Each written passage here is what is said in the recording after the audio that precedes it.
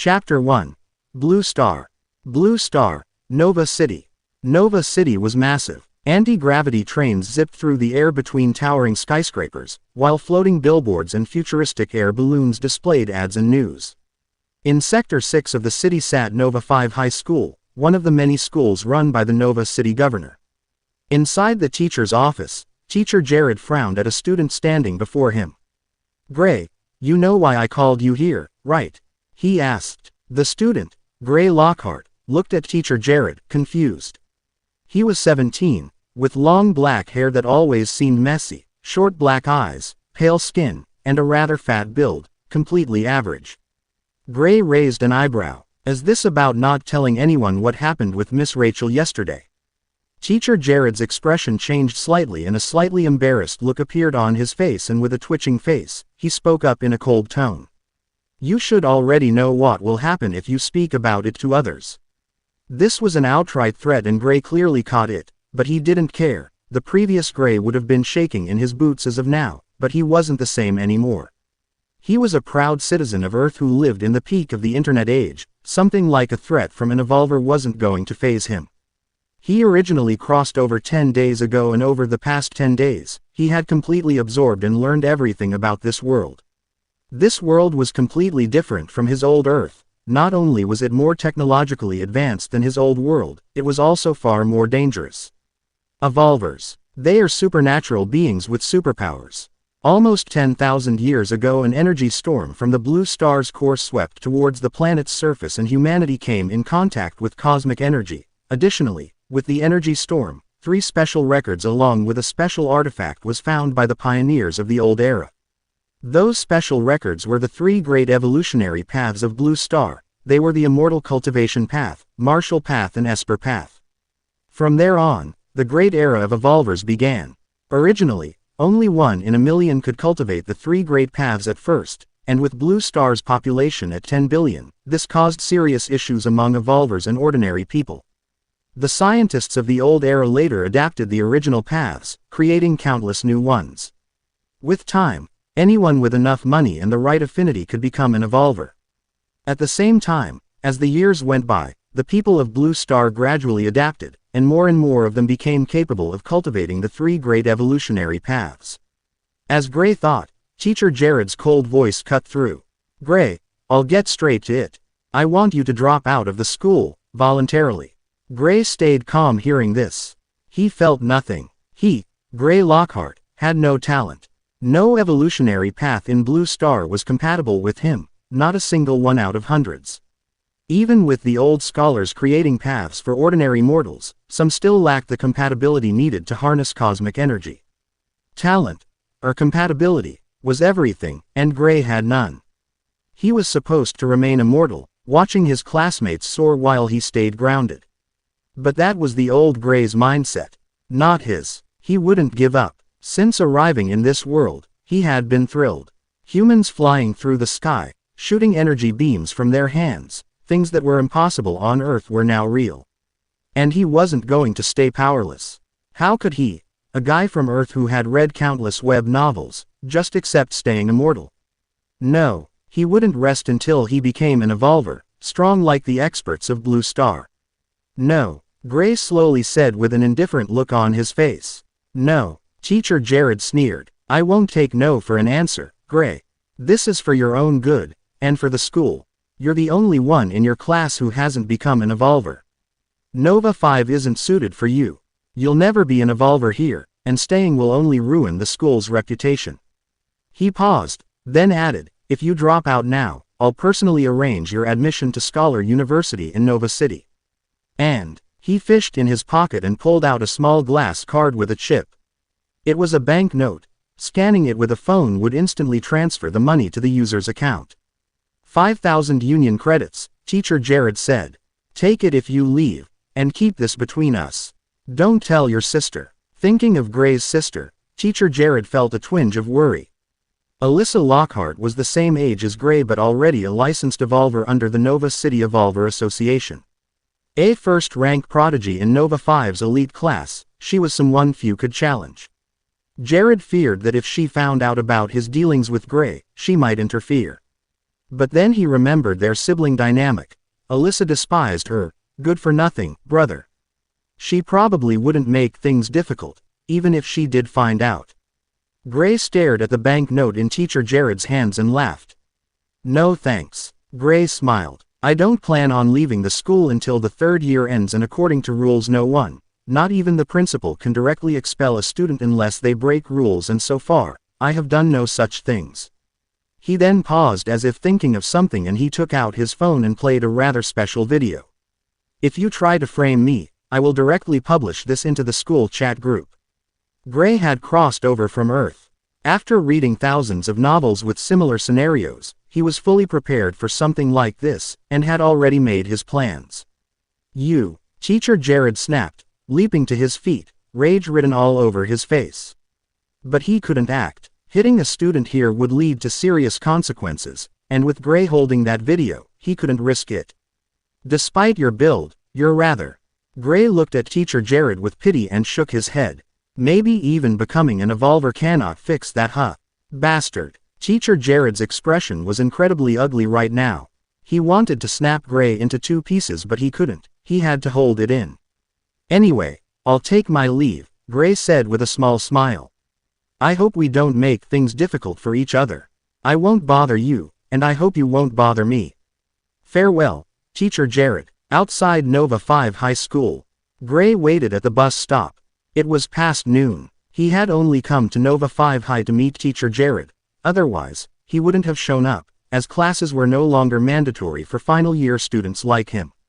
Then, something stirred in his mind. A massive lotus appeared, glowing with intricate patterns, its petals radiating a bright, mysterious energy. Is it fully charged? Gray muttered, eyes shining as he focused. This mysterious lotus had been in his head since he crossed over. He believed that it was some sort of cheat. Buzz. Just as he was musing, words formed clearly in his consciousness emerging from the lotus. Defy death. Defy the Tao. Defy heaven. Defy reality itself. Chapter 2. Bane of Existence. Truck. Light surged within Gray's eyes as his consciousness slipped away, dragging him into a trance. A vast starry sky stretched endlessly before him, boundless and silent. Constellations shimmered like scattered diamonds upon an eternal canvas, each radiating a distant and untouchable majesty.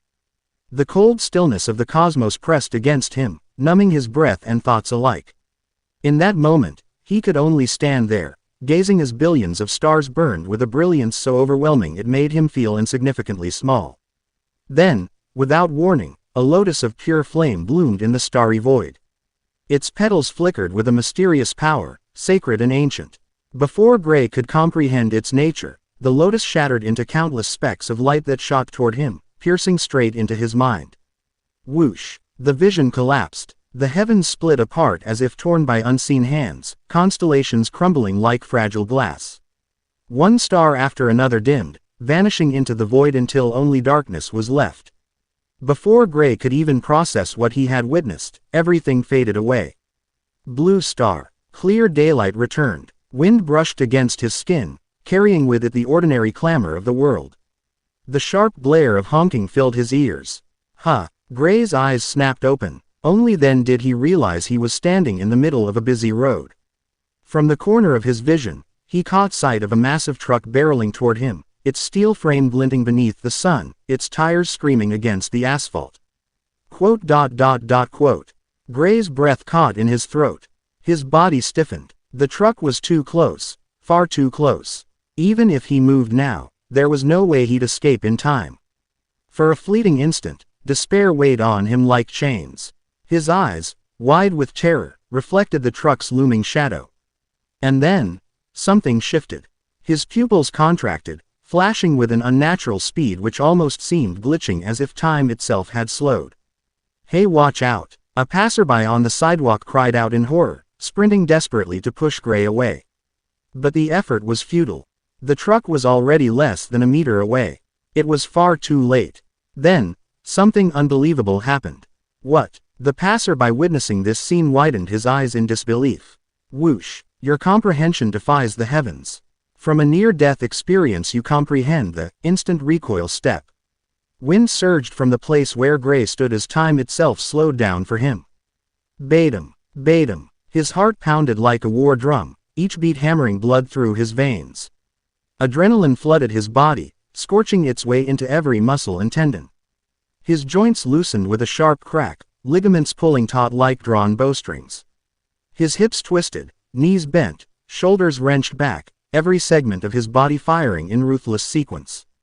The air boomed from the violent recoil, a hot gust erupting as his frame blurred away from the truck's path. The truck went right past the place Gray once stood, however Gray was no longer there and even the truck driver was slightly confused before continuing on his path without stopping. If he stopped here it would definitely spill more trouble, and as a hard-working middle-class citizen he didn't want any trouble. Meanwhile, the other nearby ordinary people who were witnessing the scene were equally as dumbfounded as the passerby who tried to help Gray. They were looking in awe and disbelief. Sure, they have seen evolvers roaming around, but seeing Gray in action just hit different. Whoa, Big Brother is so cool. I want to be like Big Brother. A child clapped happily seeing this scene. The kid had seen similar scenes in movies and videos before, but seeing it in real life was extremely exhilarating. That guy must be an evolver. Another person mentions. Of course, he is. How else do you think he dodged the truck? Dodging from that distance is not humanly possible at all. Only those who transcended their mortal limitations can achieve such reaction and speed. Huff. Gray took deep breaths as he collapsed to the floor with a slightly dumbfounded look on his face. As of now, literal beams of smoke were erupting out of Gray's body. He took deep breaths as a feeling of exhaustion assaulted him. He had just gone beyond the limit of human body. The sheer power from it left smokes coming out from his body. Just then, the shocked passer who tried to warn Gray appeared beside Gray. "Are you okay, friend?" the passerby asked in a slightly concerned voice as he crouched down beside Gray. Gray took a glance at the person from the corner of his eyes. The man had short black hair and deep yellow eyes, a lean yet well-built frame, and a handsome face no girl could resist. Then, the guy quickly ruffled through his pocket and a huge bottle appeared in his hand with blue liquid inside. "Here friend, please take these." Seeing this, Gray looked strangely at the guy. How did he take out a huge bottle like that out of his pocket? He then slightly glanced at the ring in the guy's hand and realized. It was a spatial ring. Spatial rings were rather rare in Nova City and only the rich could afford such a thing. The person he was dealing with might be a young master of some famous clan in the city. A rich young master was a rare sight in Sector 6, as most of them resided in Sector 1 alongside the city lord. He then looked at the blue liquid. "What is this? Is this muscle-numbing potion? Are you gonna kidnap me? I smoke daily and drink heavily, my organs are not that good." A shocked expression appeared on Gray's face as he suddenly stood up from the ground and drew some distance between him and the handsome guy. The handsome guy seeing this was dumbfounded, then with a wry smile, he got up and explained. "This is an energy potion. It can help with quickly regenerating lost energy." "I don't mean no harm." "Is that so?" Gray asked with a suspicious gaze. Then, he swiftly took it from the guy's hand and drank it. First thing he noticed was that it was fizzy and it tasted like sweet lemon juice. Satisfied with the flavor, Gray swiftly gulped it all down. Instantly, he felt all the lost energy restoring in his body. Right now he had just utilized all his muscles in the maneuver of dodging the truck and he knew he was definitely going to be sore all over tomorrow. Now with this potion he didn't have to worry about that.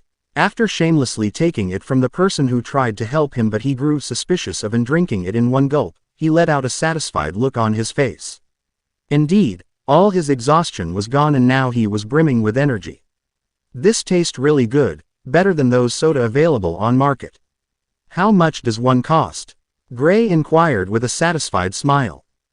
Soda." The person shook his head speechlessly and then spoke. "Each one costs a 100 union credits." A 100 union credit. Gray was stunned. This world used union credits as a form of currency and on average someone gets 500 union credits as salary. His father who worked in a factory till day and night likewise only got 500 union credits per month, so buying just 5 of these can completely make them poor. "Long way to go, long way," Gray said speechlessly. He instantly liked the taste of the energy potion, but he couldn't even afford one. "My name is Evan. Nice to meet you." Then, the handsome guy took the initiate and introduced himself. I almost thought you would be get hit, but luckily you were an evolver. Haha, evolver. Gray had a wry smile on his face. What this fellow didn't know was that this technique he just comprehended was completely within the limits of what a human body can achieve without any assistance of evolutionary energies. This technique allowed him to perfectly control his body and control his adrenaline in a way which significantly boosted his power without completely breaking down his body while in that state. It was a precise and perfect control technique which no normal human can fully comprehend it and utilize without failure unless they train this for day and night for at least 80 years straight, and even that is risky enough. Shaking his head, Gray also introduced himself. I'm Gray Lockhart. Nice to meet you and I appreciate your help. Without you giving me the energy potion, I would have most likely had to call a taxi, which is quite expensive these days, I can't lie. Lockhart. A slightly surprised look appeared on Evan's face. My friend's last name is also Lockhart, what a coincidence. Hearing this, Gray merely shrugged. There are a lot of Lockharts in Nova City, especially Sector 6, nothing new. Hearing this, Evan silently nodded. If you don't mind asking, what kind of evolver are you? What kind? Hearing this, Gray's lips twitched slightly. He had a hurt look on his face. What evolver? I can't even sense cosmic energy. How will I become an evolver? Still, he couldn't just say that he was not an evolver, so he decided to think of one evolutionary path which could in theory let him dodge a truck at the pseudo level of first rank. After thinking for a bit, he finally found one. I follow the martial evolutionary path. As that's so, Evan nodded. Yes, Gray affirmed. Then, he checked the time. It was almost 6 p.m. in the afternoon and he was rather hungry, and he still needed to check out his amazing new cheat which let him comprehend things. Since that was the case, he decided to head out. He swiftly said his thanks to Evan once and left. Evan silently watched Gray's figure disappearing from his view with a slightly confused look on his face. How did he it? He's an ordinary mortal. Chapter 3. Back home. Gray was back home. Evening had already fallen, the last glow of sunset fading beyond the horizon. By now, both his sister and his father, Richard, had returned. Alyssa likely just finished her training, while his father had come back from work. Without pausing, Gray made his way straight to his room and shut the door behind him. Seeing this, Richard and Alyssa exchanged a brief raised eyebrow, but as usual, they quickly returned to their own activities. This kind of behavior from Gray was nothing new. In Gray's room, he swiftly threw his dress and entered the shower. The technique he utilized made him sweat a lot, with some turning into pure smoke from the heat radiated from his body. Taking a quick refreshing shower, Gray was now ready to check out his newly found power. Defier of Heavenly Logic, that was the name of his ability. It was a rare ability which allowed him to comprehend what normal people or even geniuses would struggle to comprehend. For example, in the moment of life and death he defied the odds and the heaven which is said to be the sole existence that governs the world, and comprehended a technique which could utilize his body without wasting energy or a single movement and control the adrenaline to burst out with a speed and power which can only be outputted by someone at pseudo-level of first rank depending on what path they cultivated. Pseudo-level evolvers referred to those who had yet to truly step into the threshold of the first rank. They were slightly weaker than a true first-rank evolver at the lowest level and were considered to be in a transitional state rather than officially ranked. There were 4 major stages of evolution, from the first rank to the 4th rank. Each rank was further divided into 12 common sub-levels, a universal standard shared across all evolutionary paths. Due to the sheer diversity of evolutionary paths and their differing systems, the stages of evolution were simply referred to by their rank: 1st, 2nd, 3rd, and 4th rank, as a general classification system. This is a very interesting bug I can utilize. Gray nodded with a matter-of-factly look.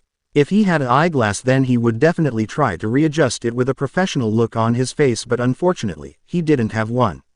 He had read almost hundreds of web novels and he didn't have any confusions or doubts of what path he should take in the future and what he should do with his heaven-defying ability. It was simple. First, he will get rich enough to drink energy potions as if they were mere water. Second, become the strongest being there is. And third, forge his own perfect evolutionary path without any flaws. Now, forging one's own path might seem crazy or even outright impossible, but as a professional web novel reader he was confident in himself to actually build one. For one thing, he for sure couldn't make himself be compatible with cosmic energy. Since that was the case, should he not try to build his own evolutionary path? Maybe I can, but what's the point of that? There was a probability that he could in fact deduce a technique that could alter his body to make him compatible with cosmic energy, but why would he do that? He will find an energy even more powerful than cosmic energy and energies utilized by other evolvers. He believed in his ability wholeheartedly, especially after finding out its true capability with the truck incident. But how will I find another form of energy though? Thinking about made Gray's eyes darken. His aspirations were high, but he didn't know where to start. Should I start with observing other forms of energies? Gray mused as he searched up types of energies in the internet using his computer. With his heaven-defying ability, he believed it was definitely within its capabilities. Soon, his eyes fell onto the immortal evolutionary path. Immortal path was special. They didn't utilize cosmic energy and instead relied on spiritual energy, which was believed to be superior to cosmic energy. There was no literal way to measure which one was stronger, but people still loved coming up with theories on the internet. Unfortunately, he couldn't cultivate the immortal path. In fact, he had the least compatibility with spiritual energy, even worse than with cosmic energy.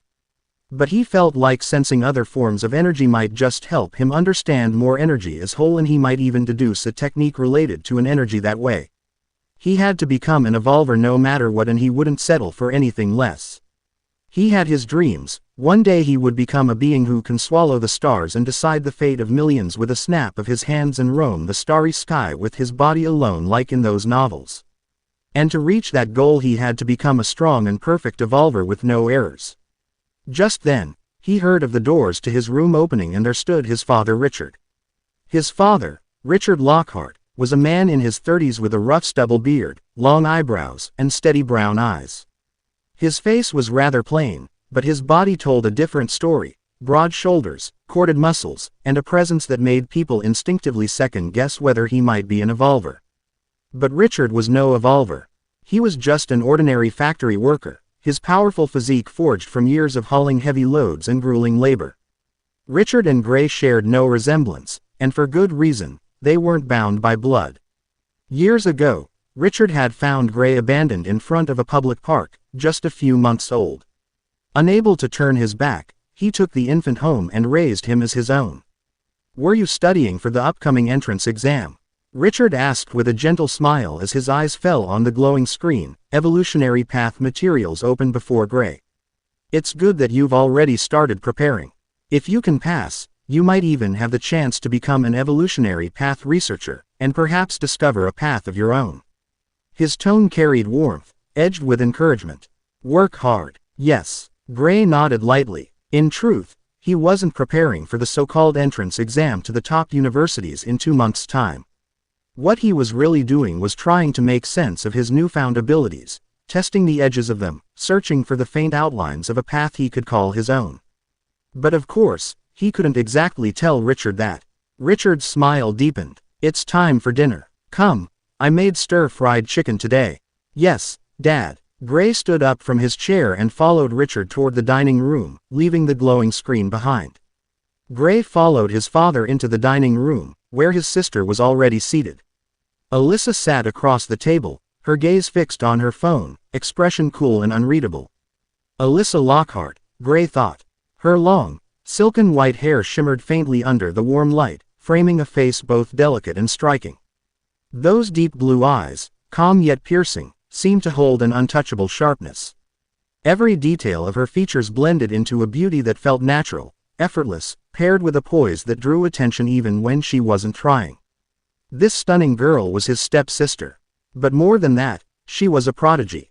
Invited into the Evolvers Association before even finishing high school, she had already become an official ranker of Nova City. Only a week ago, she'd earned her license as a ranker. At this pace, it wouldn't be long before she surpassed their father's efforts entirely. With her status as a first-rank evolver, she now had the qualifications to take on association missions, hunting inside those corruption fields, earning money, carving her place. Gray wouldn't be surprised if she had already started and simply kept it from him and Richard. This world wasn't normal. It was plagued by a strange power that slowly corrupted everything, gnawing at existence itself. They were known as corruption fields. A corruption field appeared without warning, an obsidian rift ringed by writhing streams of crimson energy. It was like the world itself had been slashed open, a festering wound that devoured anything that strayed too close. From swallowing a single street to consuming an entire town, if left unchecked, a corruption field could eventually grow large enough to engulf a whole city. The only way to eliminate a corruption field was to hunt down and destroy the corrupted beings that crawled out of it. Their strength varied, twisted by the level of corruption they carried. Once they were eliminated, the foul energy lingering in their wake had to be cleansed from the core of the fields. Only then would the field collapse.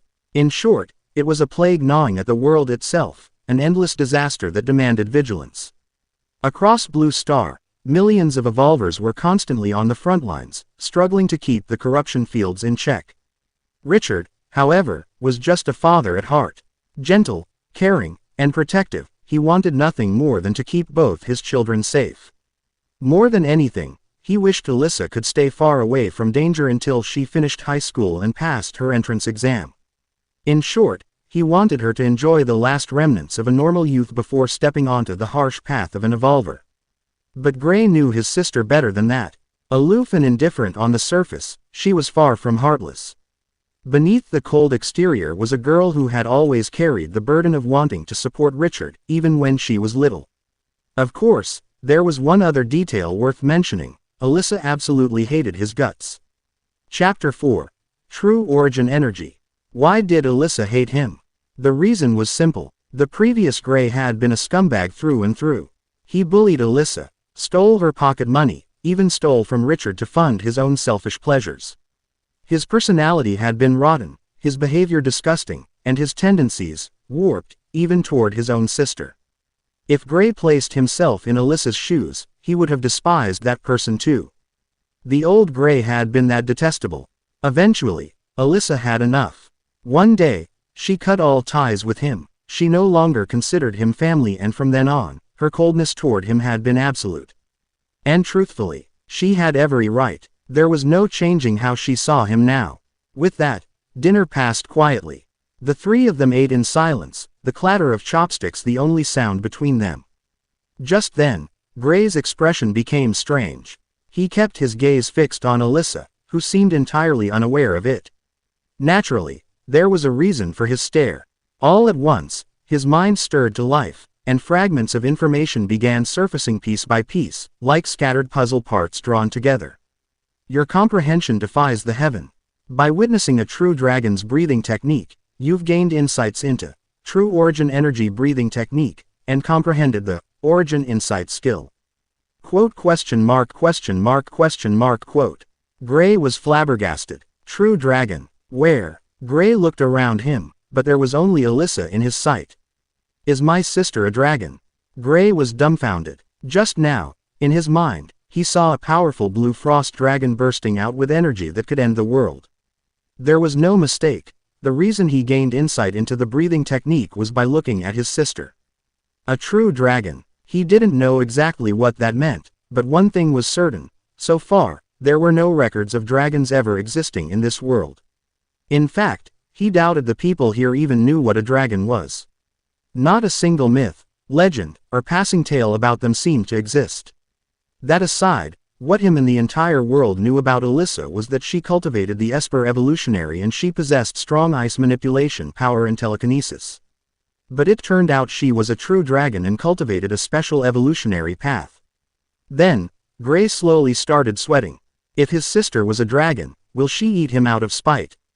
Gray shivered slightly when he thought of that. Just then, the concerned voice of Ricard came from the side. Gray, are you all right? Why are you shaking? Nothing, Dad, Gray said while gulping down the cup of water. Gray quickly averted his gaze from Alyssa and focused on his food in silence.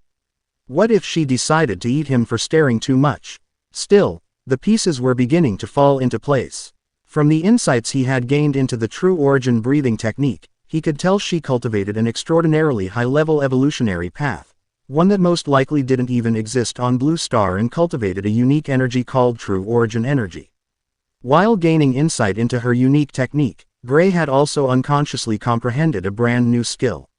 It was an ability that allowed him to perceive the flow of true origin energy, and, beyond that, it could even be applied to trace the flow of other forms of energy as well. This left Gray feeling oddly unsettled. It was as if his ability itself understood what he lacked and deliberately guided him toward the path he needed. Originally, his plan had been to observe the release of cosmic energy when it becomes tangible and various other energies to study their workings, but now, he could witness the circulation of energy in real time, even without someone manifesting it outside their body. This was impossible for an ordinary person to achieve, but with his ability, anything was possible. He took one more glance at Alyssa and focused once again and activated the Origin Insight skill. Buzz. The moment Gray invoked Origin Insight, the world around him dimmed, as though all other lights bent away from his vision. Alyssa's body unfolded before his eyes, not in flesh and blood, but in streams of radiance. Veins became rivers, meridians became starlit pathways, and flowing through them was the true origin energy. The true origin energy was like silver threads of light, flowing through her body. They bent and curved into small spirals, then straightened again, always looping back as if they were turning in a wheel.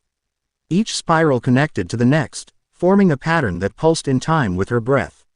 It looked alive, steady and endless. Your comprehension defies the heaven. By witnessing a true dragon's energy flow and breathing rhythm, you've gained insights into true origin breathing technique. More and more information about the technique surged into his mind, deepening his understanding with every passing moment. Alyssa's breathing was unlike that of any ordinary human. The rhythm, the pattern, everything about it was fundamentally different. Yet, to an unsuspecting observer, it would appear utterly normal, as if nothing was amiss. The intricacy was hidden so flawlessly that no one could hope to replicate or comprehend it, unless they possessed his awesome ability. Which I do possess, Gray grinned in his mind. True origin energy, without a doubt it was stronger than cosmic energy, and from the fragment he just obtained he realized that this form of energy didn't have anything to do with compatibility and relied on the breathing technique itself to produce the same pattern as the true origin energy, which in turn would give birth to it inside one's body. It was an internal breathing technique and didn't require one to draw cosmic energy present in the outer world. That meant, he could in theory utilize this breathing technique to become an evolver. The problem of finding a new stronger energy was solved faster than he thought. But if I start cultivating with true origin energy, wouldn't Alyssa instantly notice it? Gray frowned as he took another bite of his food. She was not a normal human, and he didn't know what kind of overpowered abilities she possessed as a mythical true dragon. Still, considering that she will be at home daily, I can just stare at her without her knowing and comprehend it faster. Gray nodded. Then he felt a bit weird. Staring at his own beautiful sister all day was definitely something a creep would do, and he was not a creep. Cough. It's to comprehend the breathing technique, nothing wrong with it, Gray nodded righteously. Alyssa sat across the table, silently watching Gray. She knew he was sneaking glances at her, but she didn't bother to react. Because it would be strange to react, as she wasn't observing with her eyes but rather her powerful true dragon mind perception, which stretched out far even when it's in its passive state. What caught her off guard was his changing expression. First it was shock, then confusion, followed by excitement and righteous determination. Her lips twitched seeing this. Did this guy go insane mid-meal? She quickly shook her head, her gaze turning frosty. Whatever. His stupidity isn't my problem. I hate him. I don't want to concern myself with him. Gray, on the other hand, noticed her sudden shake of the head and the cold look she gave. He stared at her strangely. Does this woman have something wrong with her head? Why is she shaking her head randomly while looking at me? Catching his weird stare, Alyssa's eyes sharpened. She glared back at him, icy blue light flickering in her pupils. Cough, cough. Gray nearly choked on his food. Wow. The food sure is spicy today. Richard sighed and poured him a glass of water. Eat slowly, Gray. Gray gulped it down in one breath, sweat dripping from his forehead. This isn't good. The true dragon just glared at me like I'm its midnight snack. And I didn't even do anything. If she decides to swallow me over some small inconvenience, I'm finished. Dragons are arrogant and fickle. They treat anything weaker as food. The more he thought, the more he realized that his sister might eat him as a midnight snack one day. He silently cursed the previous Gray in his heart. Why did he have to make enemy out of probably the most terrifying existence in Blue Star? Did he have a cannon fodder young master level fate or what? Meanwhile, Alyssa leaned back with the faintest triumphant look on her face. Watching Gray sputter and sweat was oddly satisfying. Serves him right. Choke harder, idiot. Gray wiped his mouth and took another glance, only to catch that smug glimmer in her beautiful pair of eyes. Seeing this, Gray's expression darkened slightly. This dragon sister of mine, just you wait, I'll show you who's the older sibling in this household. Chapter 5. Are you the instructor? After a brief exchange with his hater of a sister, Gray went straight to bed, exhausted from the day's chaos, and woke up refreshed the next morning, precisely at 9 a.m. Yesterday, he had been called to Nova 5 High School to discuss his dropout status. School had officially ended, and now every student, whether pseudo-evolver or true evolver, was busy preparing for the entrance exams to the top 4 universities of Blue Star. Of course, that would arise the question, why aim for the universities when they could simply join the Evolvers Association like Alyssa and become full-time soldiers hunting corruption fields? Simple. Perks and resources. An Evolver's lifeline was resources. The higher one climbed, the more demanding the cost became. And the top universities weren't just overflowing with techniques and evolutionary paths. They gave their students direct access to cultivation resources, training grounds, mentorship under Rank 3 and Rank 4 experts, and a level of protection ordinary evolvers could never dream of. To put it bluntly, universities were stepping stones to greatness. The association gave you a battlefield. The universities gave you the means to rise beyond it. The universities were more than just schools, they were research hubs for evolvers. Countless skills and techniques were being developed there daily, refined to suit nearly every evolutionary path. For most, the only way to access these treasures was either to enroll in a top university, or pay an astronomical sum few could ever afford. Graduating from one of these prestigious academies directly elevated a person's citizen rank. A common first-rank citizen, like the majority of Blue Star's population, would rise to second level upon graduation, earning not only higher privileges but also a military title, usually starting at captain. It was a leap in both status and power. Some graduates even went on to become governors of major cities across Blue Star. The most renowned universities were Sun and Moon Academy, Star Constellation Academy, Heaven's Gate Academy, and Celestial Flame Academy.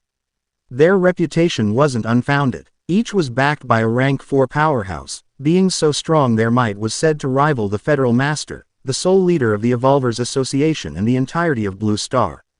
Rank 4 was an entirely different realm of existence. A single move from such an expert could shake a continent.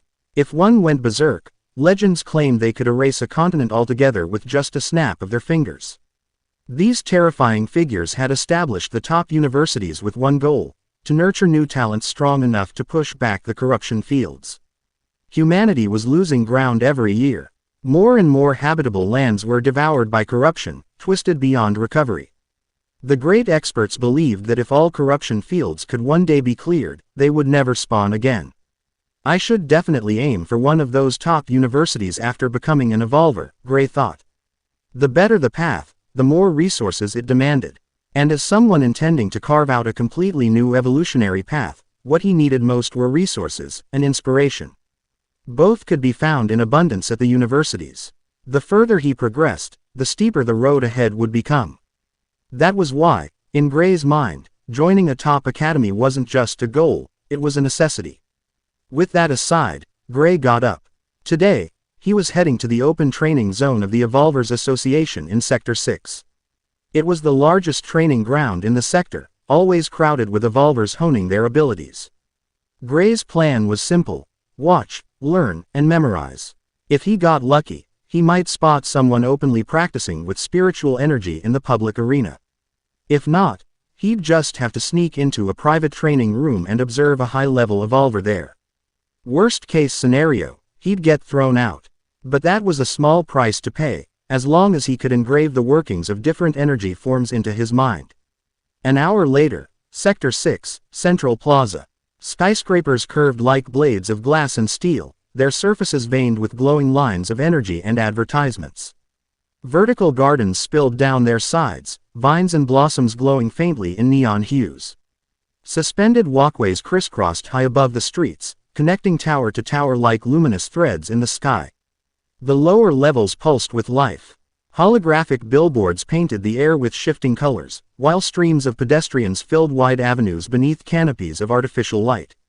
Vehicles slid silently along the roads, their sleek frames reflecting the glow of violet and indigo signs. Above it all, drones floated in orderly patterns, casting faint trails as they cut across the sky. The atmosphere buzzed with a subtle hum, technology and nature woven together into a living rhythm unique to Sector 6. The technology of this world, it's at least 1,000 times more advanced than Earth. Gray, dressed in a black T-shirt with, "I love Nova City," printed across the back, sighed with emotion as he came to a halt before one of the many skyscrapers in Sector 6. He raised his head, staring at the towering structure with awe. This was the branch building of the Evolvers Association, and also where the open training zone was located. Even from outside, he could feel an oppressive aura emanating from the building. There were undoubtedly powerful Evolvers inside. There was a total of 3 branch buildings in Nova City, one in Sector 6, another in Sector 3, and the last in Sector 1. Because of that, the majority of Nova City's Evolvers could usually be found in one of these 3 branches, either training, preparing, or gathering before heading out to clear corruption fields. With that thought in mind, Gray stepped forward and entered. A bald man in a black suit stood with professional poise, one hand steady as he held an umbrella overhead. His sharp demeanor made it clear he was no ordinary attendant. "Miss Leah, would you like some refreshments?" he asked politely. Beneath the umbrella stood a woman of breathtaking beauty.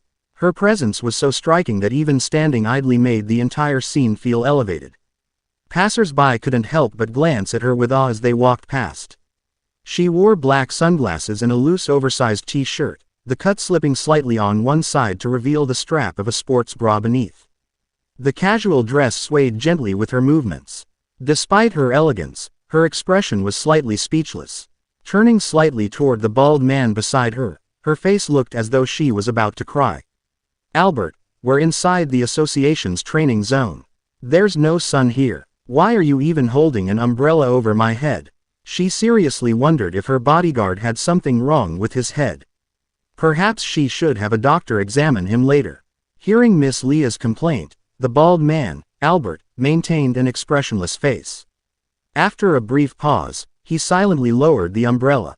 Quote. Miss Leah shook her head and took out her phone. Today she was here to find a senior Evolver she had hired as an instructor to study a special set of sword techniques called Zenith Sword Art. It was a technique known to be extremely hard to cultivate, and she wanted to master it to increase her overall combat capabilities.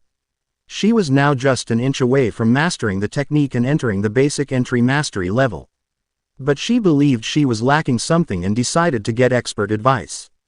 Hence, she had hired an instructor who claimed to have advanced mastery over the sword technique. Technique mastery was divided into 6 stages: basic entry, intermediate, advanced, master, grandmaster, and finally completion. This sword technique was said to be one of the hardest to comprehend, with fewer than 100 people across Nova City having succeeded. And now, she had been standing here for an hour, waiting for her instructor. She checked her messages. Her instructor, Daniel Carter, was supposed to arrive an hour ago. Daniel Carter. "Sorry Miss Leah, something came up. My wife got angry at me. She's a demon when she's angry, and the only way to calm her down is by buying her ice cream. I'm currently on the run to the grocery store to buy some. Please understand my situation. I promise I'll be there in an hour." Leah. "Fine, I understand, Mr. Carter. I will wait for you here." Daniel Carter. Thank you, Miss Leah." Daniel Carter. "To identify me in the crowd, I'll be wearing a black T-shirt with the print, 'I love Nova City.' I've got an average face and slightly long hair, so you should be able to spot me quickly." Leah. "Alright," and that was the last message she had received from him. So far, she hadn't seen anyone wearing a black T-shirt with the print, "I love Nova City." However, just as that thought crossed her mind, the door to the training zone opened. A young man with long black hair and an average face stepped inside, dressed in a black T-shirt with the words, "I love Nova City," printed on it. This is Instructor Daniel Carter. Leah's expression changed slightly. She hadn't expected the instructor to be so young. He looked to be about her age. But then she dismissed the thought. Evolvers had long lifespans, and they practically stopped aging physically once they reached rank 2. She believed Daniel Carter must be a powerful rank 2 cultivator. Still, finding an average-looking rank 2 was unusual. After all, once Evolvers reached rank 2, they underwent their second metamorphosis, transforming into a more refined and perfected version of themselves. That process usually made them more striking in appearance. Of course, she didn't dwell on this. Instead, she walked straight toward the unsuspecting young man, who was gazing curiously at the Evolvers training around the room. She stopped in front of the clueless Gray, the bald man following a step behind her, and bowed slightly. "I greet the instructor," she said softly with a smile. "Huh." Gray blinked in confusion, glancing to his left, then to his right, and even behind him. After confirming there was no one else nearby, he pointed at himself. "Me." Chapter 6. Endless Potential. "Me." Gray pointed at himself, looking like a confused cat. "Yes, Instructor Daniel, I've been waiting here for you this entire time. It's good that you finally arrived. We can now begin the training for the Zenith Sword Art," Leah said matter-of-factly. "Before we start, would you like me to transfer the fee of 5,000 Union credits for 5 hours of guidance, as you mentioned?" 5,000 Union credits. Gray's expression changed instantly, from blank confusion to a sharp, locked-in look. 5,000 Union credits. The average salary of a middle-class household was only around 400 Union credits. With that much money, he could easily buy a normal car in this economy. He honestly wondered if this beautiful woman in front of him was playing some kind of prank. But looking at her luxurious, rich girl getup, he doubted it. Then, it struck him. The girl had called him Instructor Daniel. It must be a misunderstanding. She had mistaken him for someone else, likely her actual instructor for guiding her in the Zenith Sword Art. Gray knew of the Zenith Sword Art. Back in NOVA 5, it was the favored practice of the young masters from prominent families. Most of the time, this sword art was the talk of the class, often used as the benchmark to compare with other techniques. It was notoriously difficult to cultivate, requiring immense guidance and countless resources to even grasp, let alone master. But then, a grin spread across Gray's face. Did that concern him? Not at all. With just a single glance, he believed he could comprehend it to the master level, or even the grandmaster level. After all, he possessed the defier of heavenly logic. His entire existence was a walking cheat, capable of comprehending anything and everything. Which meant, he could definitely guide the lady standing before him. He was once called Instructor Daniel back in the day. "Sorry, Instructor Daniel, I'll be stealing your student today. First come, first serve." "How unlucky for you." Gray looked at Leah with the grin of a businessman who had just landed a massive deal. "Yes, Miss Leah," he said smoothly. "Please wire the money over. I guarantee you will be satisfied with my 5 hours of guidance." Gray flashed a big smile at Leah and pulled out his phone, showing her his bank details. Leah nodded calmly and gestured to Albert, who stood silently behind her like a ghost. Without a word, the bald man took out his phone and swiftly completed the transaction. Ding. 5,000 Union credits have been transferred to your account from sender, XXX. Current balance, 5,043.28. All right, Miss Leah, let's begin. Gray spoke with a professional expression, the same kind of look a car salesman would flash the moment they realized their customer was filthy rich. "Yes." Leah nodded lightly. "I've already booked a top-tier training room for practice. Please follow me, Instructor Daniel." Gray nodded as if everything was natural and followed alongside Leah, with her butler trailing closely behind. Together, they swiftly made their way toward the training room she had arranged. From the very start, Gray could feel an extremely oppressive aura radiating from both Leah and the butler. There was no doubt, they were powerful evolvers. But did he care? Not in the slightest. What mattered to Gray was the money. Besides, while training her, he could also observe the unique energy patterns flowing within Leah. To cultivate the Zenith Sword Art, one had to either be a martial artist, a bloodline warrior, or an immortal cultivator. Gray immediately ruled out the lower-ranked evolutionary paths. Someone as wealthy as Leah clearly came from a prominent family with a powerful bloodline. She most likely had strong compatibility with cosmic energy, or perhaps even with spiritual energy born of heavenly resonance, the kind utilized by immortal cultivators. When they finally reached the room, Leah stepped in first. Gray followed right after, but when Albert attempted to enter as well, Gray suddenly raised his hand to stop him. "Did you pay me to guide you in the Zenith sword art?" Gray asked, his tone carrying the air of an experienced expert. "You can stay outside and keep watch.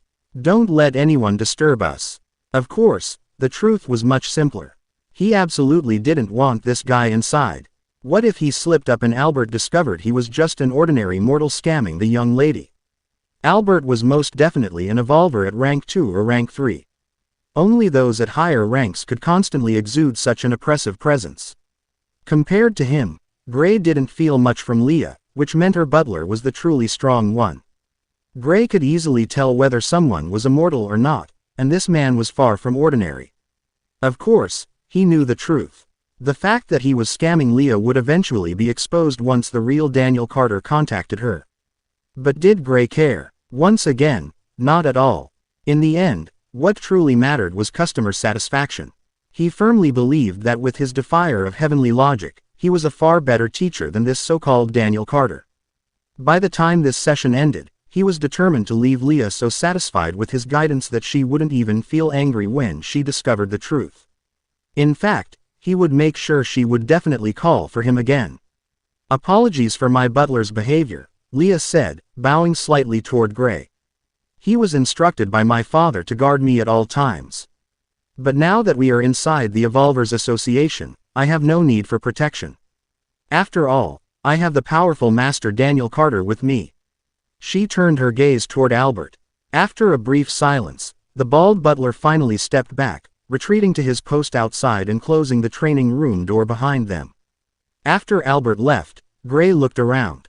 The training room was spacious, with seats along the side and a vending machine with drinks in one corner. In the other corner, there was a rack of weapons, from maces to axes to long swords. They were of basic quality and couldn't really do much damage, but they were perfect for training. "Perfect. Let's start." Gray clasped his hands behind his back, imitating the posture of a seasoned expert. "Yes," Leah replied softly and, without hesitation, began removing her t-shirt right in front of him. Gray was immediately caught off guard. "Wait, why is this girl suddenly stripping? Are we about to practice some kind of dual cultivation technique?" But what he expected never came to pass. Underneath, she wore a snug sports bra and short training pants. The oversized t-shirt had simply been covering her proper training attire. With her sunglasses also set aside, Leah's natural beauty was finally revealed in full. Her long black hair with purple highlights was tied into a neat ponytail, and a soft fringe framed her delicate face. Her purple eyes gleamed brightly, illuminating the training room itself. Clad in fitted sportswear that highlighted the proportions of her well-endowed figure, she looked nothing short of breathtaking, elegant, athletic, and undeniably alluring. "Very well, let's start with the basics.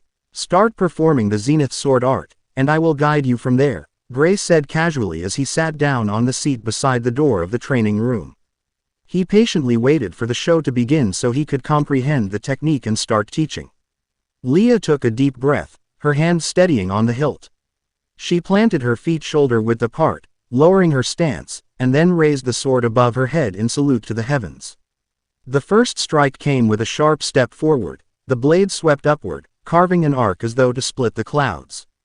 Without pause, she pivoted her body and brought the sword crashing down, the edge whistling as it cut through the air. She shifted her weight onto her back foot, thrusting the blade straight ahead. The thrust flowed into a smooth withdrawal, her arms circled outward, turning the blade sideways before slashing across in a wide horizontal sweep. Her footwork carried her in a half circle, each step measured and precise. The sword followed, tracing crescents in the air, first to the left, then to the right, before she spun lightly and brought the blade around in a rising diagonal slash. From the diagonal, she transitioned into a fluid overhead cut, both hands firm on the hilt. She stepped in closer, driving the blade forward in a piercing thrust, then twisted her wrists, turning the thrust into a sweeping parry that cleared the space before her. Finally, she exhaled softly, steadying her breath, and ended the sequence with both hands gripping the hilt as she drew the sword back to her side in a finishing stance. "How was it, instructor?" Leah turned her gaze toward Gray and asked. However, to her surprise, the instructor was now looking at her with a strange expression on his face. "By observing Leah perform Zenith's sword art, you've comprehended great Zenith sword art. By observing Leah, you've realized the heavenly workings and gained insight into endless potential physique." Gray. Chapter 7. Teaching. Gray stared at Leah with a slight look of confusion and even awe. As this planet filled with unique people, Gray couldn't help but muse speechlessly. First, it was his sister who turned out to be a whole dragon, and now standing before him was a being with something known as endless potential physique. In short, it was probably the most terrifying thing he had seen, just a level below his own cheat. His sister stood no chance against this girl in front of him in terms of uniqueness. Endless potential. What did that imply? It meant that this girl standing in front of him had no limitations. She would never encounter a bottleneck in her surge of power and would continuously grow until the end of time itself, as long as no one killed her. What was cheat? This was cheat. To evolve endlessly without limits. And the best part, he could comprehend it. A devilish grin formed on Gray's face. He now stared at Leah as if he had found the most valuable item in the world. Looking for gold, he found a diamond. No, a cosmic gem. Then, Gray stood up from his spot. It was now time to start teaching her. He had already comprehended the Zenith sword art, which seemed to be a superior version of the sword art. Having reached comprehension level mastery of it, he was now certain that no one on this entire planet could teach it better than him. While this technique was hard, it was only hard for beginner-level evolvers. For him, it only took a glance to fully comprehend it. "Miss Leah, what evolutionary path do you follow, first of all?" Gray inquired. He had yet to see the flow of energy within her body and planned to do so while guiding her, but first he had to know which evolutionary path she followed. "I follow the immortal evolutionary path. I'm currently at the Chi-gathering realm, the first realm of the evolutionary path," Leah replied patiently. "Why do you ask, instructor?" Hearing her inquiry, Gray replied with his own question. "How much do you know about sword energy?" Sword energy. It's utilized by immortal cultivators and martial artists alike. It is your own energy transformed into lethal offensive energy, which one can materialize outside the body to fight, Leah thought for a moment and spoke. Precisely. Sword energy is utilized by martial artists and sword immortal cultivators alike. But do you know how to give birth to sword energy? No, Leah said confusedly. But what does sword energy have to do with me? I believe only those at the master level mastery of a sword technique can give birth to sword energy. That's false, Gray said with a small smile. You need sword energy to even reach basic mastery. Huh, Leah's expression drastically changed. She wore a confused look and even wondered if the instructor had gone crazy. It was known to everyone that sword control came at the master level mastery. Instructor Daniel, are you trying to fool me? Even a dog on the street knows that to utilize sword energy, you need to comprehend a technique to the mastery level. Leah frowned, her eyes narrowing with clear displeasure. She now felt like she had just thrown away a huge sum of money for nothing. Gray, however, remained calm. I know you have your doubts, he smiled faintly, brimming with confidence. How about this? By the time you walk out of this room, you will have unlocked sword energy. If you don't, I'll personally return every coin you paid me. Ha, Leah raised an eyebrow, her tone sharp. Do you take me for a fool? I've already spent years on the blade and not once have I touched sword energy. And you're saying I'll awaken it in one session? What kind of joke is that? Her arms crossed over her chest, her stance showing outright refusal. For a moment, she even considered storming out. Great. Another delusional instructor, Leah sighed. This wasn't the first time she had encountered someone like Gray, who tried to amaze her with false words. But in the end, it was just a ploy to make her return. Leah wouldn't fall for it again. But the deal was already made, and he himself had promised to refund the money if it didn't work out, so she unwillingly gave in the end.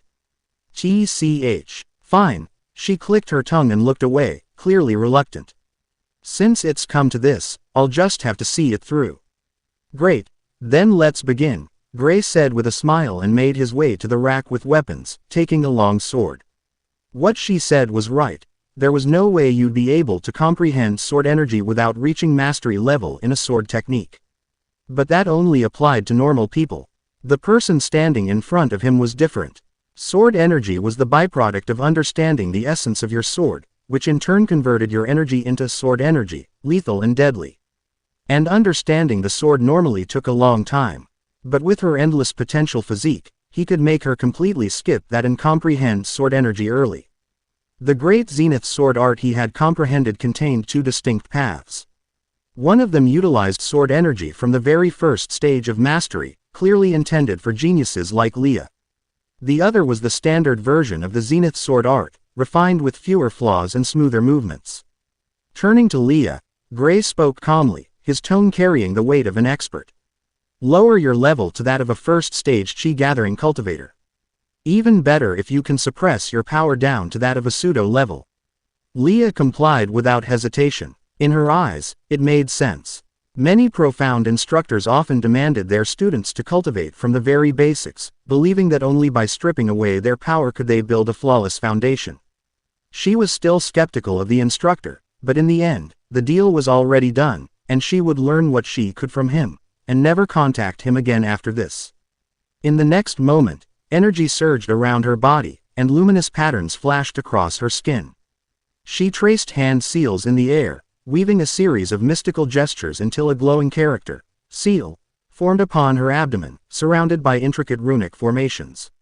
Her aura immediately dropped by an entire notch, perfectly restrained to the level Gray had instructed. Draw out your sword and, utilizing the Zenith sword art, fight me.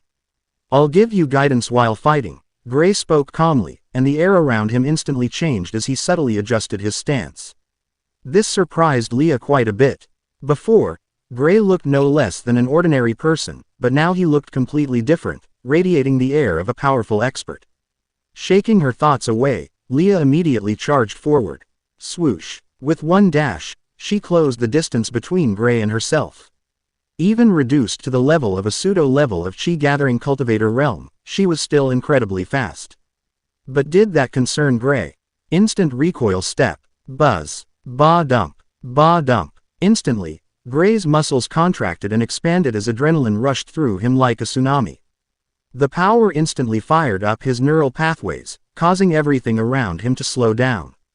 While not as exaggerated as the time he dodged the truck, everything around him was still slightly slowed.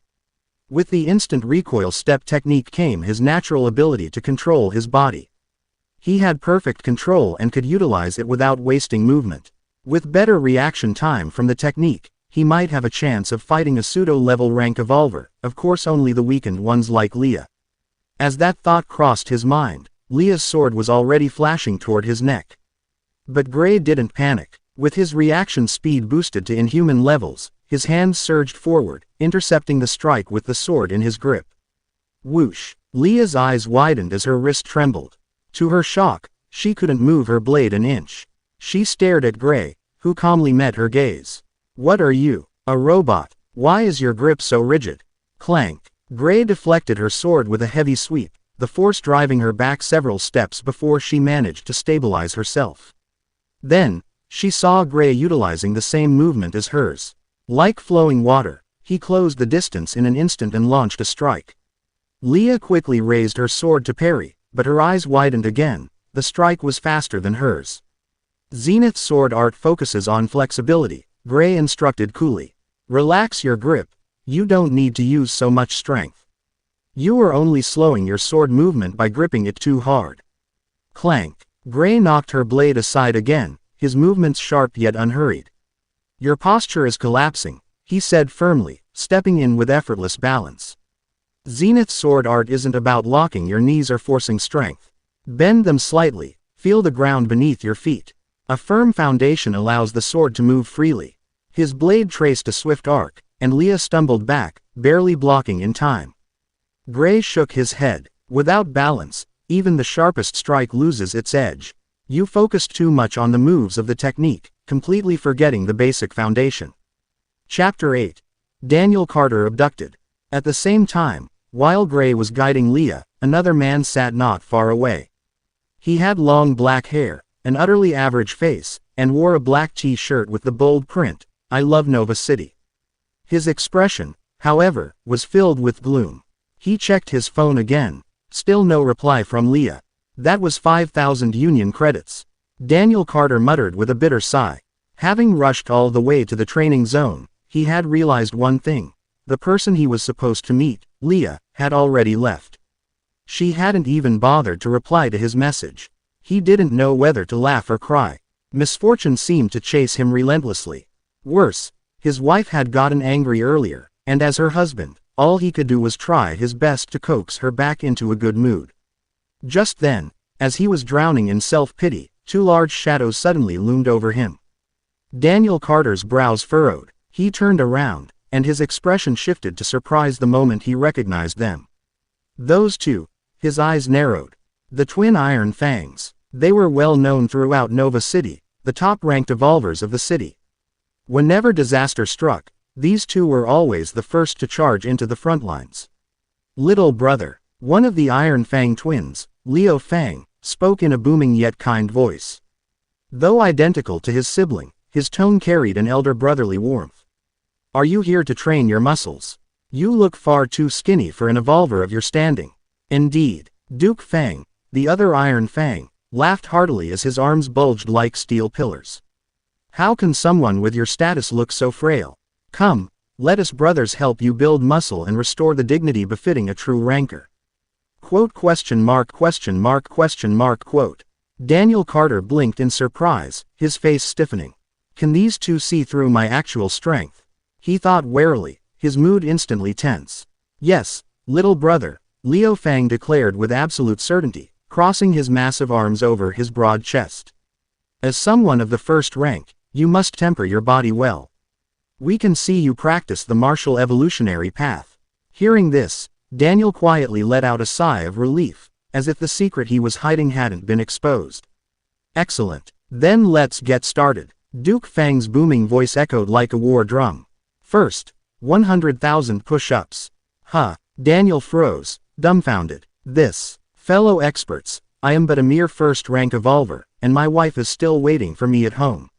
So if you will excuse me." Before he could finish, Leo Fang's grin widened, and with a single swoop, he hoisted Daniel onto his shoulder as if he weighed nothing. "Help, I'm being kidnapped." Daniel helplessly, his voice ringing through the training zone. Inwardly, he cursed a storm. "If not for the fact that I can't reveal my true strength, I wouldn't even bother speaking with these muscle-headed freaks." But his cries only earned him sympathetic glances. The evolvers in the open training zone looked at him with pity etched across their faces. This was a common occurrence. Every time the Iron Fang brothers showed up, they would always recruit some poor soul to train. Everyone immediately turned a blind eye. The last time someone had tried to intervene and save a victim, they too had been dragged off to train, and returned days later, a broken man with bulging muscles and hollow eyes. Back in the private training room, Leah charged forward with a furious shout, her sword gleaming as sweat dripped down her cheeks. Her body was trembling, her breath ragged, and she looked as though she might collapse at any moment. Whoosh! Her grip was lighter now, her stance refined, just as Gray had instructed. She brought her blade down with all the momentum she could muster.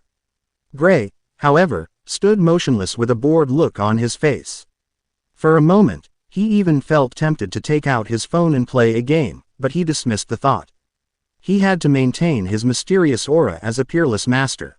2 hours had already passed since the training began. In that time, Gray had drilled the fundamentals into her bones. Her movements were faster, her posture cleaner, her strikes sharper. Now, the only thing left was for her to actually land a hit. And for the past 30 minutes, she had been failing. Still, Leah's eyes lit up with determination as her blade inched closer to his chest. This time I'll hit him. But, whoosh, Gray calmly stepped aside, his expression unchanged. Leah stumbled forward, lost her balance, and hit the floor with a dull thud. Grr, she growled through clenched teeth, glaring up at him with frustration burning in her eyes. She honestly began to doubt whether Gray was truly teaching her or just toying with her. Although she had undeniably gained a lot in the past 2 hours, in her heart she couldn't shake the feeling that this so-called instructor was deliberately bullying her. Gray's calm voice rang out. "What are you doing on the ground? Resting. Get up and keep attacking." If this were a comic, a large red vein mark would have popped up on her forehead. HMPH. Leah snorted through her nose, puffed up like an angry cat. She pushed herself off the floor, her eyes blazing with indignation.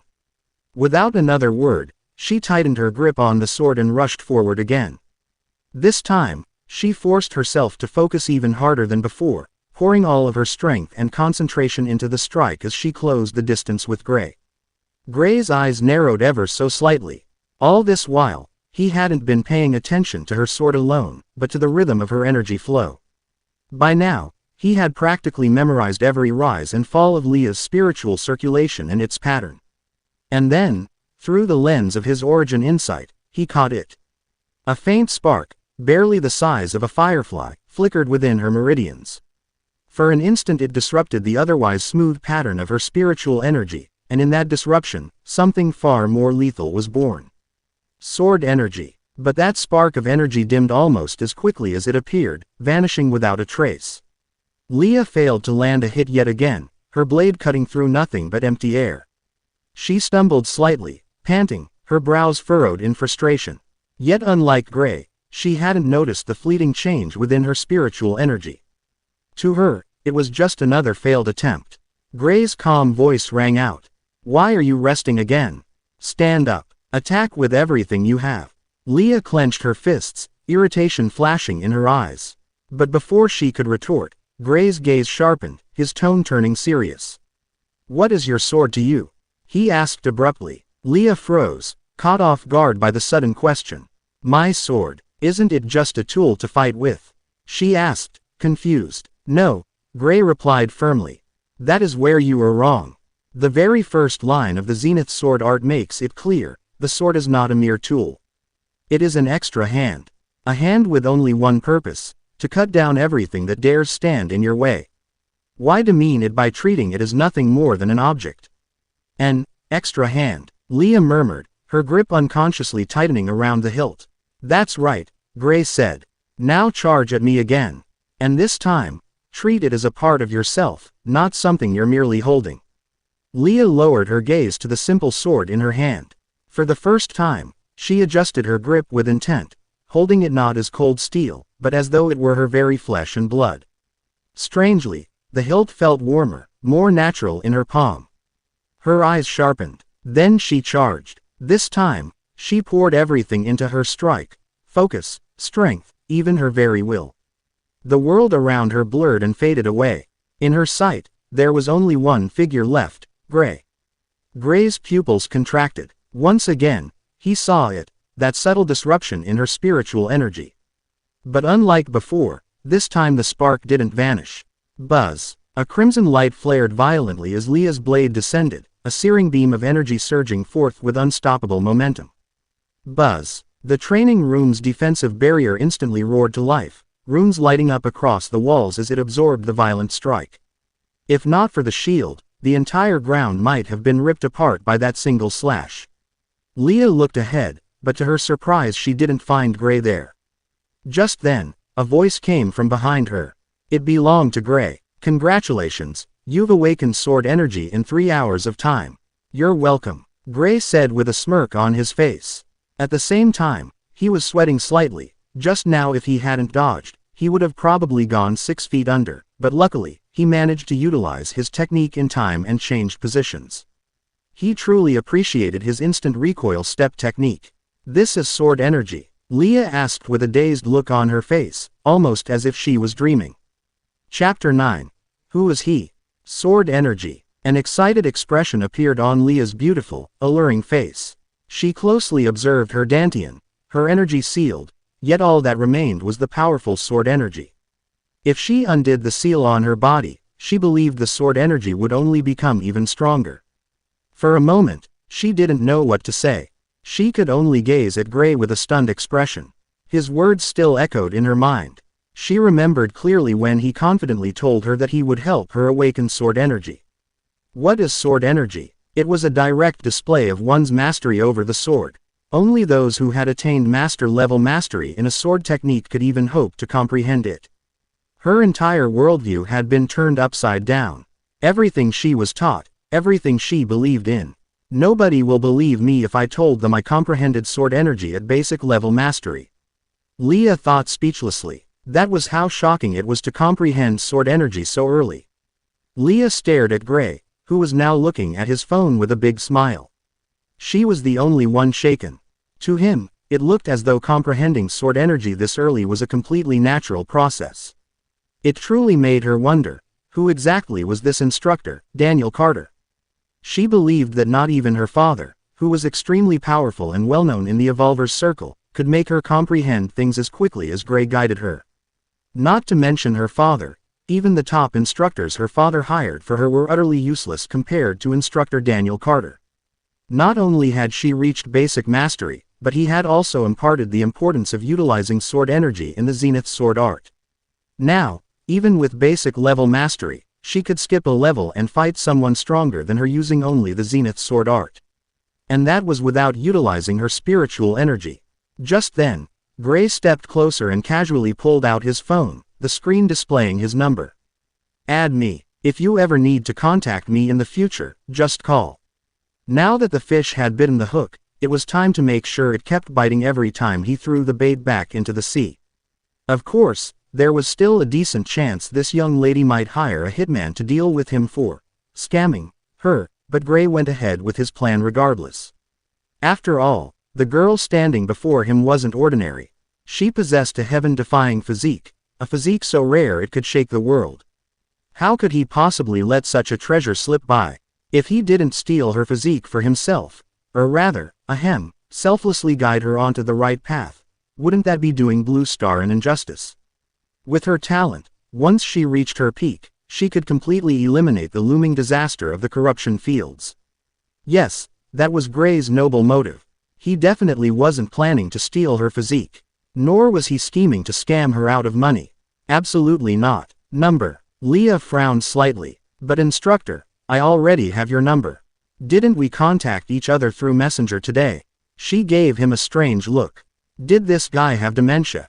Oh, that one's my business number, Gray replied matter-of-factly. This here is my primary. Quote. Is that so? Leah muttered before nodding. She quickly entered his number into her contacts. At the same time, she noticed several notifications piling up on her screen, messages she had received during training. She didn't bother checking them now, not while instructor, Daniel Carter, was still standing before her. All right, now that you have my number, I'll take my leave. Gray said with a calm, lofty air, like an expert who cared little for trivial matters. Farewell, Miss Leah. Without waiting for her response, Gray moved as though a cat had leapt onto his back, slipping past her and heading straight for the door. Outside, Albert was still standing guard, face expressionless. Their eyes met briefly before both men looked away, ignoring each other in perfect silence. Once Gray disappeared from his view, Albert stepped into the training room where his young lady was still inside. As soon as he entered, he saw Leah staring at her phone with a confused gaze. The owner of this number is called Gray Lockhart. A strange expression appeared on her face as she viewed Gray's profile. His profile picture on the Messenger app was of a huge chicken towering above mountains. Just then, she noticed another notification in the corner of her screen. It was from instructor, Daniel Carter, sent just as she started training with instructor, Daniel Carter. Slowly, she opened the message, and her eyes flashed with three emotions: strangeness, confusion, and disbelief. Ding! Daniel Carter's phone rang as he sat slouched on the bench, looking like a shriveled-up corpse. The Iron Fang brothers had already called it a day because a corruption field had opened, leaving Daniel free at last. Damn those idiots! If not for me limiting my physical body to that of first rank, the training they made me go through would have been a breeze, Daniel cursed. The twins had made him do nearly 200,000 push-ups under the influence of powerful gravity, something that, if said to an ordinary mortal, would only earn disbelief. Of course, even after that, he wasn't hurt. But he definitely looked drained and lifeless. Then, a seal formed near his abdomen and a unique green energy suddenly appeared, revitalizing him. Only then did he finally pick up his phone and check the notification. To his surprise, it was from Miss Leah. He had messaged her just before getting dragged into training by the Iron Fang brothers. He thought it was a lost cause, but apparently not. He read through the messages, starting from 3 hours ago. Daniel Carter. Miss, I sincerely apologize. The nearest grocery store was 30 minutes away on foot. I managed to shorten the distance by 10 minutes with my advanced physical ability, but to my luck, there was a sale going on. I had to wait an hour in line just to buy it, and I almost got beaten up by the aunties for trying to cut the queue. Daniel Carter. I believe you have great talent for the sword. I promise that if you come back, I'll help you reach basic mastery in a day. Leah. What are you talking about, Instructor Daniel Carter? Didn't we just finish training? Daniel Carter. Huh, stop teasing me, miss. I know I'm in the wrong for not showing up on time, but at least show me some leniency. Leah. Where are you right now? Daniel Carter. Miss, I knew you would come back. Someone of your talent shouldn't be stuck at basic mastery level in the Zenith sword art. Hence, in hopes of guiding you, I stayed in the open training zone all this while. Leah. Come meet me at training room 19. Daniel Carter. Right away, miss. Daniel immediately stood up from his spot. He was near training room 40, so it didn't take him long to stride over to training room 19. The moment he entered, Leah's eyes widened in shock. Miss Leah, I'm here. Daniel greeted her with a warm smile. You are. Leah's voice trembled. She was right. The person who had guided her earlier wasn't Daniel Carter at all. It was an imposter wearing the same clothes and fitting the same description as him. A flabbergasted look crossed her delicate features before it twisted into anger, her hands curling into fists. She had been scammed, completely and utterly deceived. Yet, as fury surged through her chest, Leah forced herself to take a steady breath. It was true, she had been toyed with. But at the same time, she could not deny the results. In merely 3 hours, she had reached basic mastery of the Zenith sword art and even comprehended sword energy. Could that really be called scamming? Her brows knitted tightly. The thought didn't lessen the anger burning in her heart.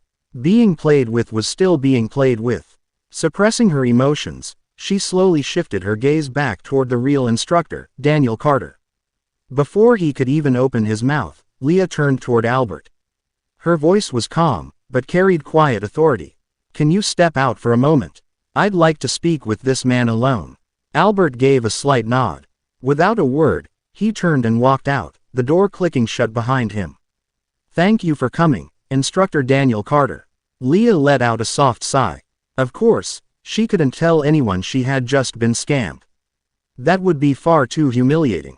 Especially Albert. Her butler must never know. It's nothing. Now then, when shall we begin? Daniel asked with a polite smile.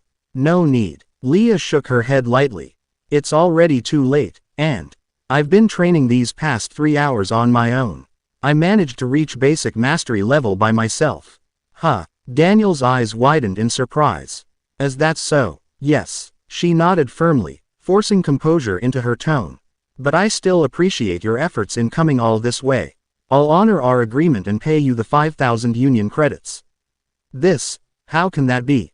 Daniel's expression turned awkward, his voice carrying a righteous tone. I, Daniel Carter, am not the kind of man who would accept money without teaching a single move. Please, it's nothing worth mentioning. If you truly wish to repay me, just call me again for training in the future. Leah shook her head. No need. Please show me your bank details. Seeing her insistence, Daniel reluctantly pulled out his phone and displayed his bank details. Without hesitation, Leah made the transfer. To her, 5,000 union credits were nothing. More than that, she felt it would be too harsh to let Daniel leave empty-handed after waiting 3 hours for her. Now, please excuse me. I have to return home. She spoke politely as she walked past him. At the same time, a darkened look had appeared on her face. She was going to find out everything about the man called Gray Lockhart, and have a talk with him after that. Let's go, Albert. We're going home. Her voice carried across the hall as she brushed past him. Albert nodded without a word as he silently followed her. Daniel watched the young lady leaving with a joyful look on his face. Such a kind young lady. Now I can buy that new virtual reality headset everyone's been talking about. Chapter 10. Golden Chamber. Time passed swiftly, and after leaving the Evolvers Association, Gray made his way to the top-tier merchant association of Blue Star, the Golden Chamber. The Golden Chamber had branches across every sector of Nova City, and the same held true for other major cities scattered across Blue Star. It was the go-to place for evolvers who wished to buy or trade items. Welcome, customer. What would you like to buy today? A mechanical yet polite voice rang out as soon as Gray stepped into the branch building. An artificial intelligence robot stood at the entrance, programmed to greet every visitor. Of course, Gray had a purpose in coming here. For starters, he wanted to buy a spatial ring.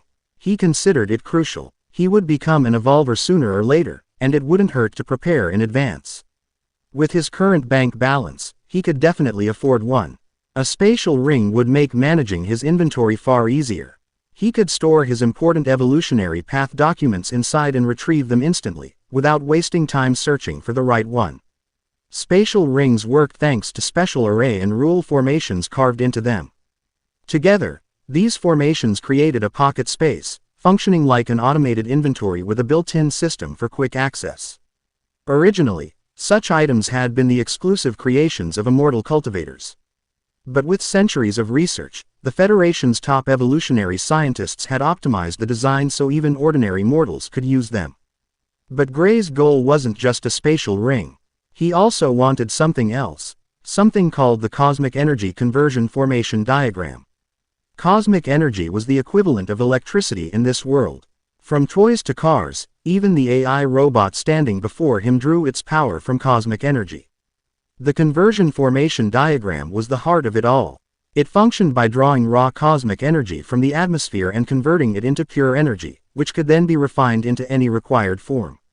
For example, when engraved precisely onto the circuit modules of an AI robot, the diagram allowed the machine to continuously draw cosmic energy and sustain itself indefinitely, powering its high-level computations without end.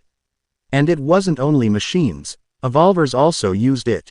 Espers, for instance, could channel cosmic energy through the formation to instantly replenish their psionic reserves. Its applications were virtually limitless. But Gray's own goal was much simpler. He wanted to use its hidden function, the ability to materialize cosmic energy itself. He wasn't aiming to power civilizations or change the world of science. He simply wanted a tool to sense the natural flow of cosmic energy, the fundamental building block of this world. And he wasn't about to buy a ready-made version. No, what he wanted was the diagram itself. With his heaven-defying comprehension, why settle for the fish when he could seize the entire ocean? He can easily comprehend it and use it anytime he wants without having a need to buy it again. I would like to purchase a spatial ring, Gray finally said, cutting short his own musings. Understood, customer. Our Golden Chamber specializes in top-grade spatial rings, each carved from cosmic energy ores and refined by the finest craftsmen on Blue Star. Quality and durability are guaranteed. As the AI began its scripted chatter, it guided him toward the section where the rings were displayed. Rows upon rows of gleaming rings floated within transparent cases. Gray's eyes swept over them, unimpressed. Each design looked crude and uninspired. None spoke to him, until one did. Amid the dull collection, a single ring drew his gaze. It was sleek and futuristic, forged of dark metal etched with glowing neon lines of blue and purple. The designs resembled circuits, like a piece of cyberpunk tech, radiating a faint light as though alive with energy.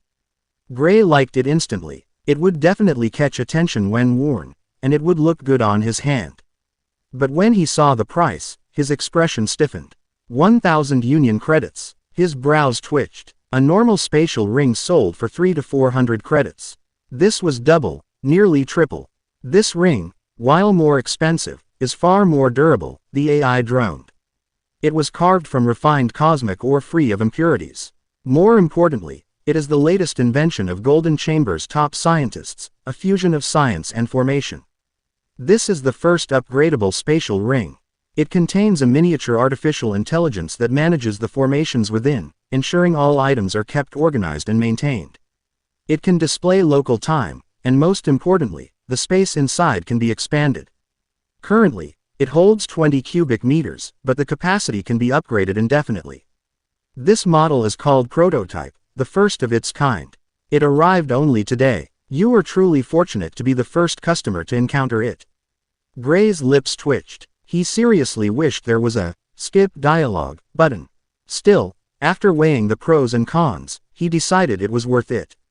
An upgradable ring meant that once he comprehended spatial formations, he could expand it himself in the future, avoiding the need to buy bigger rings later. I'll take the prototype, Gray said at last. Understood, customer. I will pack your order right away and register a 1-year warranty. Should the ring malfunction during that time, you may visit any Golden Chamber branch for instant repair or replacement.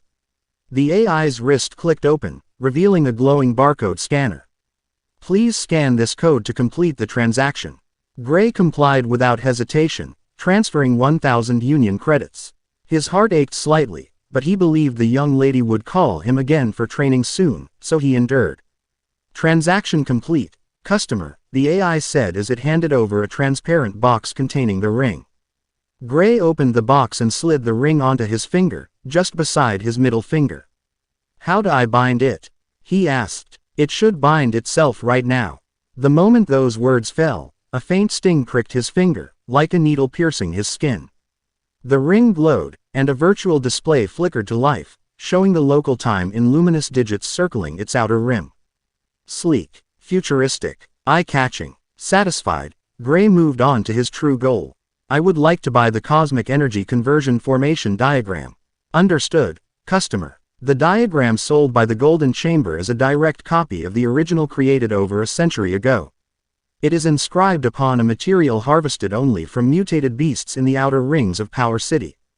The AI launched into another endless explanation, much to Gray's distress, before finally leading him to the section where the diagrams were kept.